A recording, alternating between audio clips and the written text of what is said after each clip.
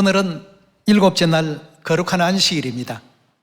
오늘 여러분과 더불어서 예수님의 생활과 환경이라는 주제를 가지고 여러분과 함께 하나님 말씀 상고해 보도록 하겠습니다. 예수님께서 육체를 입고 이 땅에 오셨을 때 수많은 당대 종교인들과 예수님을 회방했던 무리들이 어떤 내용을 가지고 비방하는 이와 같은 도구로 사용하였는지 2000년 전 그 역사를 통해서 하늘아버지 안성님 또 새예루살렘 하늘어머니께서 결국은 죄인된 우리 자녀들의 구원과 회개를 위해서 이런 삶을 사셨다는 것을 여러분과 제가 온전히 또 깨닫는 그러한 시간을 가져보도록 하겠습니다. 골로새서 2장 2절의 말씀 함께 보겠습니다.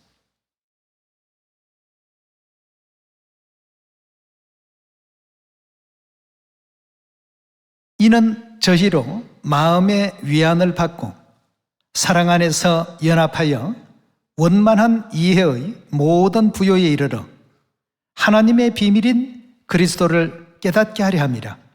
그 안에는 지혜와 지식의 모든 보화가 감추어 있느니라.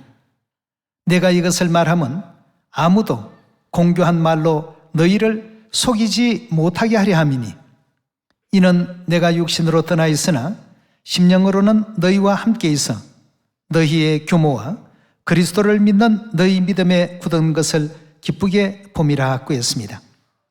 골로새 2장에 가장 중요한 대목이 있다면 하나님의 비밀이 바로 누구라고요?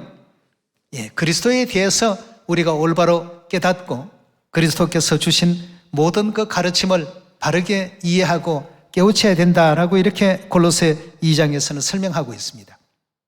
여러분, 비밀이라고 하는 것은 많은 사람들이 알 수 있도록 노출이 되어 있는 겁니까? 아니거든요. 하나님의 비밀인 그리스도를 깨닫는 이 일도 초림 당시에도 그렇게 쉬운 일만은 아니었습니다. 마태복음 16장입니다. 18절의 말씀 함께 보겠습니다.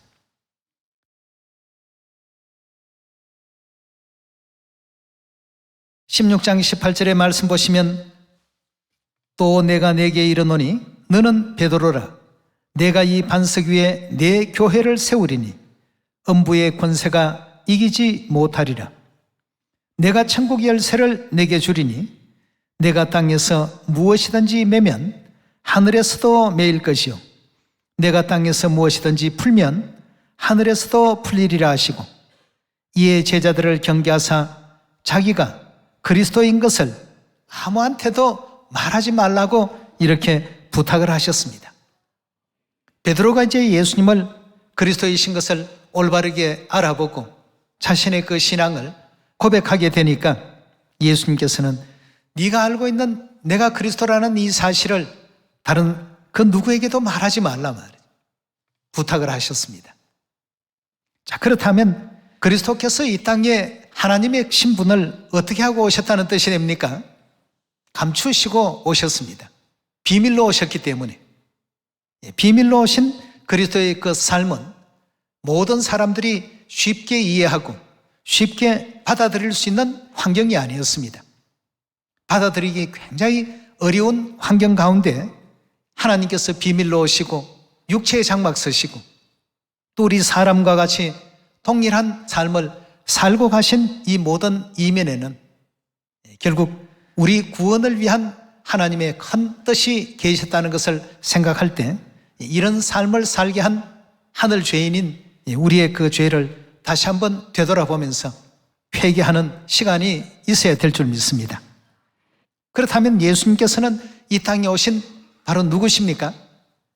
이사야 9장을 한번 열어보도록 하겠습니다.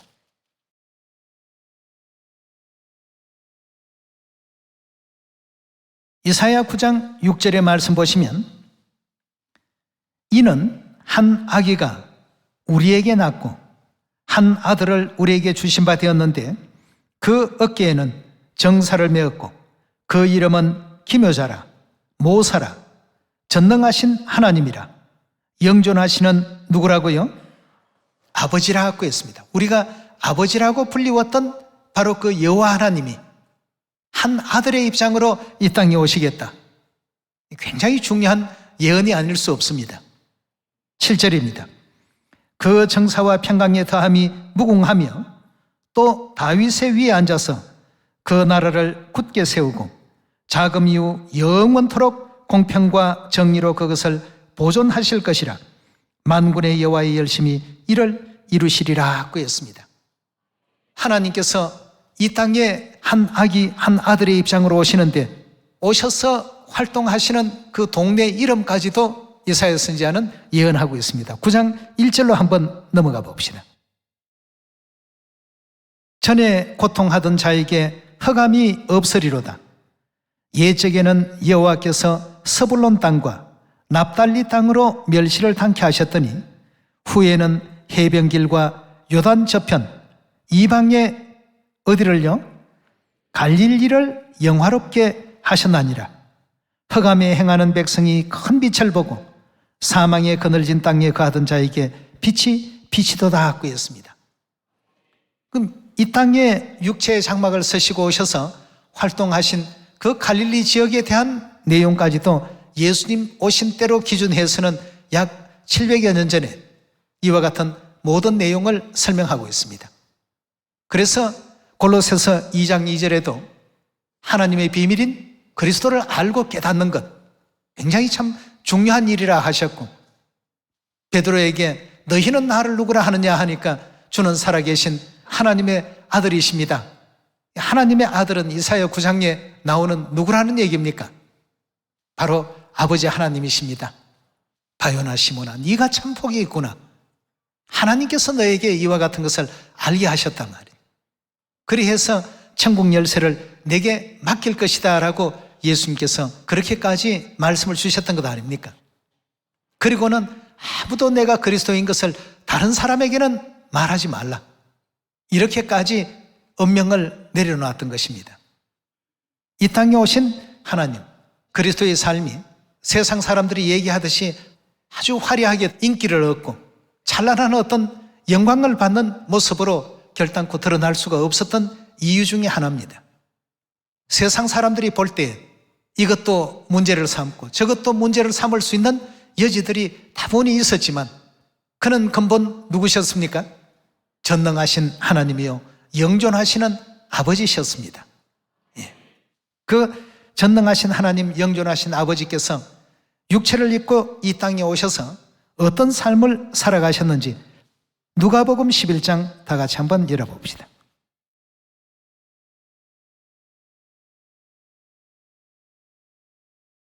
(37절부터) 보면 바리새인이 예수님을 식사에 초대하는 그 장면부터 나오죠. 37절부터 한번 살펴봅시다.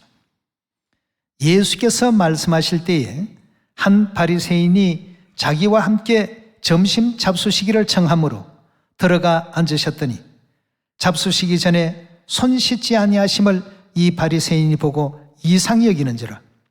주께서 이르시되 너희 바리새인은 지금 잔과 대접에 거천 깨끗이 하나 너희 속인적 탐욕과 악독이 가득하도다. 어리석은 자들아, 밖을 만드신 이가 속도 만들지 아니하셨더냐. 오직 그 안에 있는 것으로 구제하라. 그리하면 모든 것이 너희에게 깨끗하리라 그랬습니다. 잡수시기 전에 손을 씻지 않는다는 것은 숟가락이나 젓가락 없이 그냥 맨손으로 음식을 바로 드시는 그러한 상황입니다. 예수님의 이런 행동을 보면서 거기에 초대했던 바리새인들도 굉장히 참 당혹해했고 깜짝 놀랐고, 하나님의 그 말씀을 전파하는 위치에 있다라고 한다면 거룩한 척이라도 할 것인데 예수님의 생활하시는 어떤 그 장면을 보니까 당신의 그 영광을 가려놓기에 아주 알맞는, 하나님의 정체를 잘 알아보지 못하도록 하는 이런 여러 가지 그 일들을 진행하고 계셨다는 것을 확인할 수 있습니다. 마태복음 11장 18절입니다.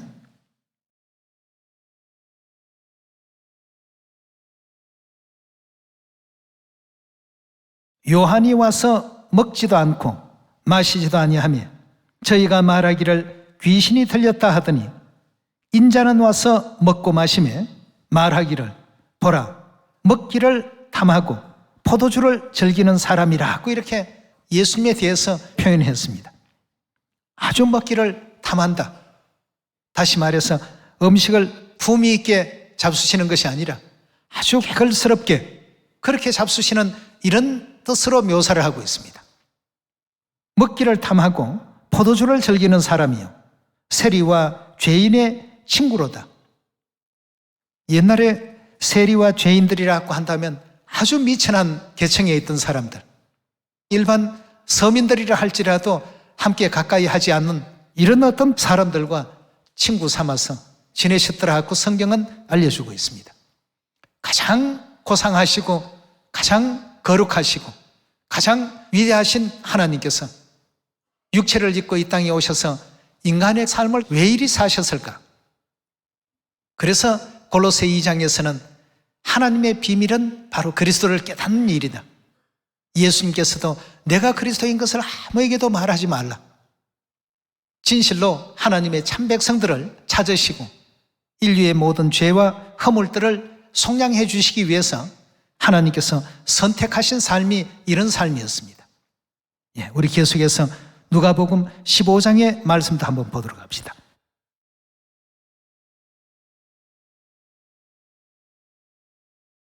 누가복음 15장 1절의 말씀 보시면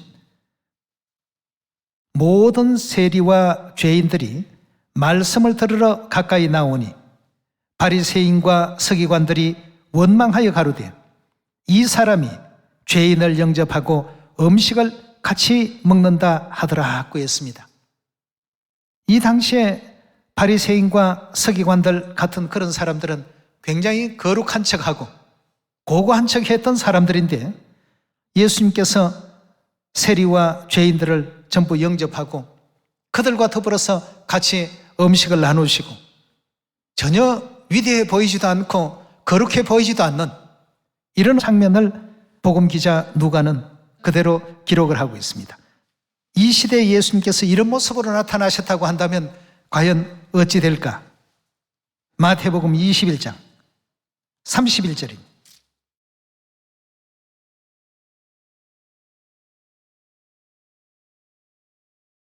그 둘째 중 누가 아비의 뜻대로 행하였느뇨?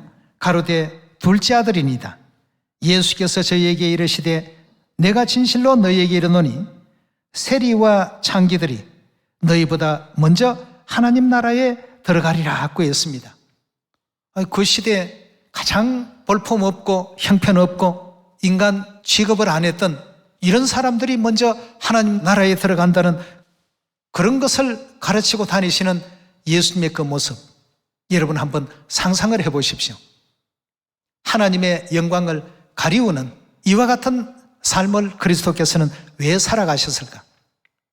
이 문제들을 우리가 오늘 다시 한번 마음 가운데 깊이 되새겨 보시고 인류의 구원, 오직 우리 구원을 위해서 하나님께서 이러한 어떤 삶과 이런 길을 걸어가셨다는 그 결론에 도달하고 보면 참으로 이사야 53장에 주신 말씀과 같이 우리의 허물을 인하며 우리의 죄악을 인하며 우리가 만일 하늘에서 범죄하지 않았더라고 한다면 이러한 어떤 상황이나 일들은 일어날 수가 없습니다. 가난하고 천하고 약하고 세상에서 사람으로서 대접하지 않는 이런 위치에 있는 사람들까지도 희망을 주시고 또 소망을 주시고 천국이 있다는 사실을 깨우치시고 알리셨던 그 위대하신 아버지 하나님, 바리새인들과 서기관들은 자기들이 섬기는 대상인 그 하나님이 이 땅에 오셨는데도 불구하고 배척하고 비방하고 회방하고 십자가에 못 박고 침뱉고 사람이 되어서 하나님이라 한다고 돌을 들고 치려고 하고 온갖 그런 악행과 만행들을 다 저질렀던 것입니다. 하나님께서 이 땅에 오실 때 하늘에 구름을 타고 오시고 하늘에 불병거를 타고 천천만만의 천사와 함께 내려오셨다고 한다면 감히 바리새인 서기관 당대 종교 지도자들이 예수님을 그렇게 대했겠습니까? 가장 낮게 오시고 보니까 전부 사람들이 알아보지 못하고 전부 그렇게 대접하는 것입니다. 베드로는 알아보니까 절대 이건 아무에게도 말하지 말라고 말해요. 왜냐하면 내가 비밀로 이 땅에 왔단 말이죠. 고린도후서 4장 4절의 말씀 살펴보겠습니다.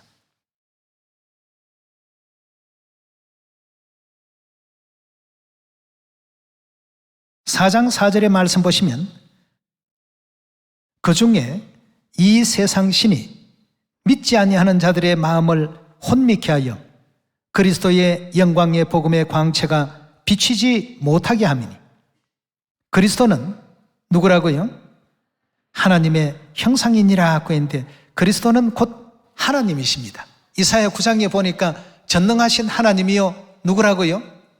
영존하시는 아버지께서 이 땅에 오셔서 모든 이방의 그 갈릴리를 영화롭게 하고 큰 빛을 비추시는 이와 같은 일을 하신다고 이사야 9장에 예언되어 있었지 않습니까?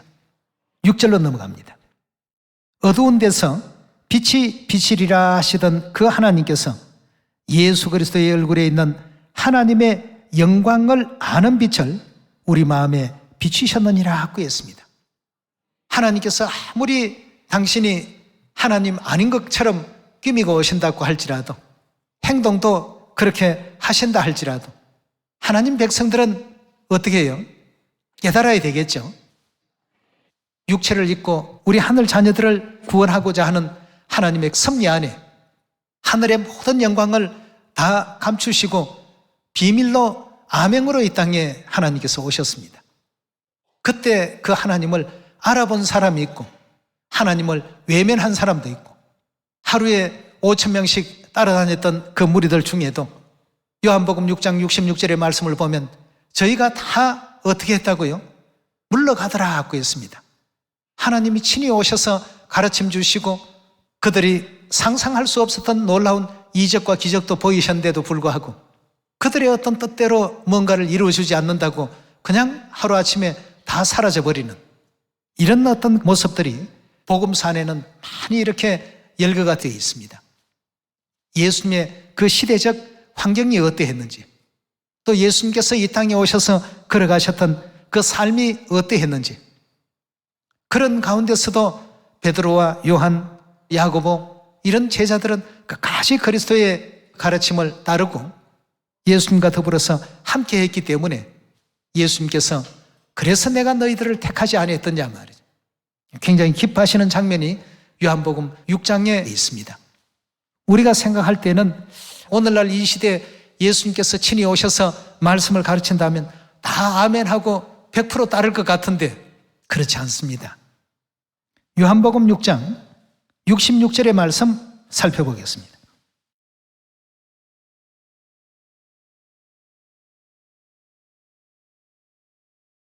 이러므로 제자 중에 많이 물러가고 다시 그와 함께 어떻게 해요? 여기 그러하고 하는 것은 예수님과 함께 다니지 아니하더라 하고 했습니다. 살리는 것은 영리요 육은 무익하다 하고 말씀하시고 또 섞는 양식을 위해서 일하지 말고 영생의 양식을 위해 일하라고 하니까 이 말씀 이해하고 깨닫는 것이 참 어렵다. 다 떠나가 버렸습니다. 전능하신 하나님께서 친히 육체를 입고 이 땅에 오셔서 가르침을 주시는데도 많은 사람들은 다 물러가고 떠나가 버렸습니다. 67절입니다. 예수께서 12제자에게 이르시되 너희도 가려느냐? 시몬 베드로가 대답하되 주여 영생의 말씀이 계심에 우리가 네게로 가오리까? 우리가 주는 하나님의 거룩하신 자신 줄 믿고 알아삼나이다. 예수님을 올바르게 안 사람들은 그 가르침과 교훈을 끝까지 따르고 그렇지 못한 보통의 사람들은 다 떠나가고 다 물러가 버렸습니다. 그만큼 하나님으로서 일반인들이 이해하고 받아들이고 영접하기가 쉽지 않았다는 의미 아니겠습니까? 보리떡 5개와 물고기 2마리로 5,000명을 먹이고 12광주리에 차고 넘치는 능력과 기적을 보이셨는데도 불구하고 그런 떡을 다 먹었던 자들이었는데 다 지금 물러가고 있습니다.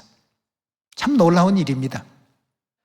이런 환경 속에 그리스도께서는 복음을 전파하시고 세상의 그리스도를 향한 믿음이 그 정도밖에 되지 않는 삶을 이 땅에서 살아가셨습니다. 우리 계속해서 요한복음 10장으로도 말씀 한번 옮겨봅시다. 요한복음 10장 30절입니다. 나와 아버지는 하나이니라 하신대 유대인들이 다시 돌을 들어 치려 하거늘 예수께서 대답하시되 내가 아버지께로 말미암아 여러 가지 선한 일을 너희에게 보였거늘 그 중에 어떤 일로 나를 돌로 치려 하느냐. 유대인들이 대답하되 선한 일을 인하여 우리가 너를 돌로 치려는 것이 아니라 참남함을 인함이니 내가 사람이 되어 자칭 하나님이라 함이로다 구했습니다. 예수님이 하나님입니까 아닙니까? 한 아기 한 아들로 이 땅에 태어나시지만 본래의 그 형체는 전능하신 아버지 하나님이시라고 분명히 이사야 선지자는 알려주셨는데도 불구하고 당대의 시대적인 그 환경 속에는 사람이면 사람이지 사람이 어찌 하나님이냐 말이에요. 이런 어떤 대접을 받으시면서도 오직 우리 구원만을 바라보시고 우리 자녀들이 구원받기까지 세상의 모든 죄짐을 홀로 친히 감당하시고 새 언약의 그 길을 걸어가신 하나님의 은혜, 사랑, 그 희생과 헌신 결단코 잊지 않는 우리 모두가 되어야 되겠습니다. 그래서 이처럼 돌을 들고 치려고 하는 파렴치한 일들도 있었고요. 6장 넘어가 보겠습니다. 요한복음 6장 41절입니다. 자기가 하늘로서 내려온 떡이라 하심으로 유대인들이 예수께 대하여 수군거려 가로되 이는 요셉의 아들 예수가 아니냐. 그 부모를 우리가 아는데 제가 지금 어찌하여 하늘로서 내려왔다 하느냐 구했습니다. 예수님께서 친히 하늘로부터 내려오셨습니까? 내려오지 않았습니까? 하늘나라에 계신 그 하나님께서 인간의 육체를 입고 이 땅에 오셨는데 이들은 알지 못합니다. 마리아라는 여인의 몸을 잠시 빌려서 이 땅에 오셨지만 이들의 생각에는 아버지는 요셉이고 그 부모를 우리가 지금 다 아는데 제가 어찌 하늘로부터 내려왔다고 저런 거짓말을 하느냐 말이죠. 이런 상황 속에 과연 예수님을 올바른 하나님으로 영접할 수 있었겠습니까? 저들이 앞장서서 십자가에 못 박는 일을 서슴지 않았습니다. 그리고 그 죄값을 자기와 자기 자손들에게 다 돌려달라고 말이에요. 그렇게까지 확신을 했던 유대인들이었습니다. 요한복음 우리 7장으로 말씀 또 옮겨봅시다.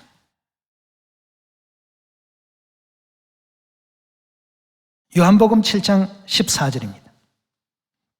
이미 명절의 중간이 되어 예수께서 성전에 올라가사 가르치시니 유대인들이 기이 여겨 가로되 이 사람이 배우지 아니하였거늘 어찌 그를 아느냐. 쉽게 얘기하면 학벌도 없는데 그걸 조금 할 줄 아네. 부정적인 뜻에서 지금 말들을 하고 있습니다. 41절입니다. 혹은 그리스도라 하며 어떤 이들은 그리스도가 어디에서 나오겠다고요? 그리스도는 절대 갈릴리에서 나올 수가 없지 않느냐. 근데 예수의 출신은 갈릴리가 아니냐 말이죠. 이렇게 해서 예수님을 또 비방했던 장면이 나오고요. 요한복음 또 1장 말씀도 한번 보도록 합시다.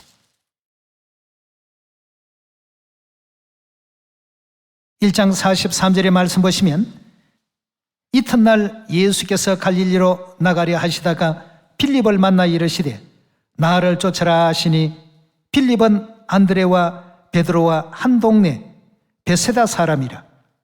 빌립이 나다나엘을 찾아가 이르되 모세가 율법에 기록하였고 여러 선지자가 기록한 그 일을 우리가 만났으니 요셉의 아들 나사렛 예수니라. 나다나엘이 가로되 나사렛에서 무슨 선한 것이 날 수 있느냐고 했습니다. 그만큼 이제 예수님께서 복음을 전하시던 그 나사렛이라는 그 지역이 좋은 어떤 동네가 아니었고 명망이 있고 평판이 있던 그런 지역이 아니었다는 것을 알 수 있습니다. 나사렛에서 무슨 선한 것이 날 수 있느냐. 이런 모든 예수님의 그 생활과 환경은 그리스도의 영광을 가리기에 충분한 조건이 되었습니다. 아무도 예수님을 메시아다, 하나님이다, 그리스도다 영접할 수 있는 이런 환경이 될 수가 없었습니다. 그래서 예수님께서 뭐라고 하셨습니까? 우리 한번 마태복음 11장 열어보도록 합시다.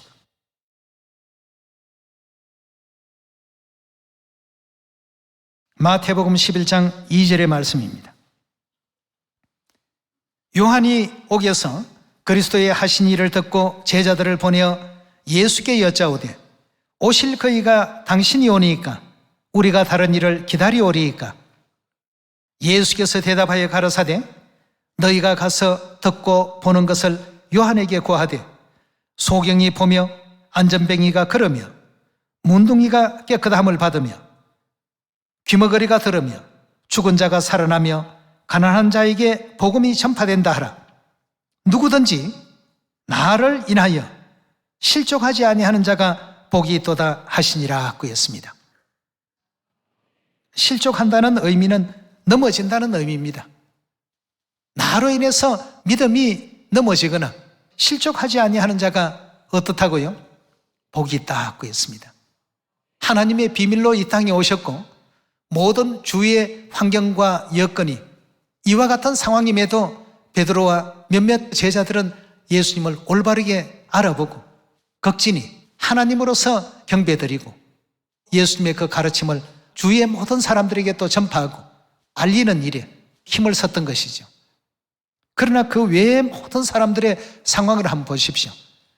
사도행전 24장에 보면 예수님을 믿는 사람들을 나사렛 이단이라고 이렇게 매도하는 그러한 초대교회의 그 상황도 기록되어 있죠. 유대인들이 명절을 당하면 항상 죄인 중에 한 사람을 방면하는 관습이 있었습니다.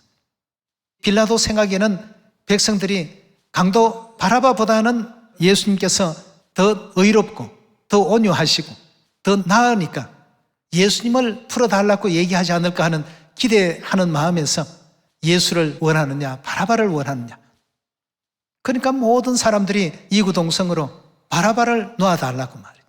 그리고 예수님을 십자가에 못 박으라고. 이 일을 누가 뒤에서 다 조정합니까? 그 당대 종교 지도자들이 백성을 그렇게 다 조정해서 결국은 예수님을 십자가에 처형시키는 이런 제 끔찍한 어떤 일까지 지금 벌어지고 있는 것 아니겠습니까? 그리고 십자가를 짊어지고 가시는 예수님에 대해서 온갖 모욕도 서슴지 않고 군병들은 속옷을 제비 뽑기도 하고 또 어떤 사람들은 침을 뱉기도 하고 눈을 가려놓고 주먹으로 치기도 하고 말이에요. 하나님의 본래의 어떤 그 영광의 광채를 그대로 우리 인류가 볼 수 있도록 드러내셨다면 결단코 그런 일들은 발생하지 않을 것입니다. 그러나 당신의 모든 영광을 감추시고 그러한 가운데서도 오직 그 입에서 나오시는 영생의 말씀만 바라보고 따라오는 사람들, 그 참 백성들을 찾으려고 하시는 하나님의 뜻이 계셨다는 것을 우리가 결단코 잊어서는 안 되겠습니다. 이런 삶 속에 우리를 구원하러 이 땅까지 와주신 우리 하늘아버지, 하늘어머니의 그 은혜에 날마다 백골한망입니다 하고 감사를 드리고 회개하는 심령으로서 살아갈 줄 아는 우리가 되어야 되겠습니다. 그래서 우리가 그냥 간구하는 기도보다는 회개하는 기도가 하나님께서 더 기쁘시게 받아들인다는 것을 꼭 아셨으면 좋겠습니다. 이거 해 주십시오, 저거 해 주십시오. 물론 그런 것도 다 기도입니다만 이런 어떤 역할과 이런 위치에까지 입장에까지 놓이지 아니하셔도 될 하나님이 우리로 인해서 이 같은 삶을 걸어가셨다는 것을 생각할 때 아버지 어머님 앞에 하늘에서도 죄를 짓고 이 땅에 와서도 또 하늘 부모님이 이런 괴로움과 고통을 또다시금 겪게 했다는 참으로 마음을 찢고 통회하는 이런 심령으로 또 하나님의 은혜와 가엾이 베풀어 주신 사랑과 그 헌신과 희생을 날마다 생각할 줄 아는 우리 하늘 자녀들이 다 되어야 될 줄 믿습니다. 초대교회, 우리 하나님의 교회를 바라보았던 그 안목이나 오늘날 이 성령 시대에 다를 바가 없습니다. 그 시대 사람들이 예수님을 바라보던 모습이나 오늘날 사람들이 안상홍님과 새 예루살렘 하늘어머니를 바라보는 관점이나 다를 바가 없다는 것을 우리가 꼭 명심하시고, 그리고 이사야 60장에 나오는 말씀과 같이 그 모든 날들은 무슨 날이라고 했습니까? 내 슬픔의 날이라 하고 했습니다. 그 슬픔의 날이 어떻게 된다고요? 맞춰지게 될 것이다. 이 슬픔의 날이라는 이 모든 날들을 채워야지만 우리 자녀들이 다시금 하늘나라로 돌아갈 수 있다는 말씀 한 번만 더 찾아봅시다. 이사야 60장입니다.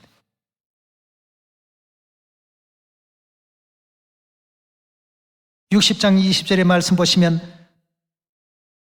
다시는 내 해가 지지 아니하며 내 달이 물러가지 아니할 것은 여호와가 내 영영한 빛이 되고 내 무엇인 마친다고요?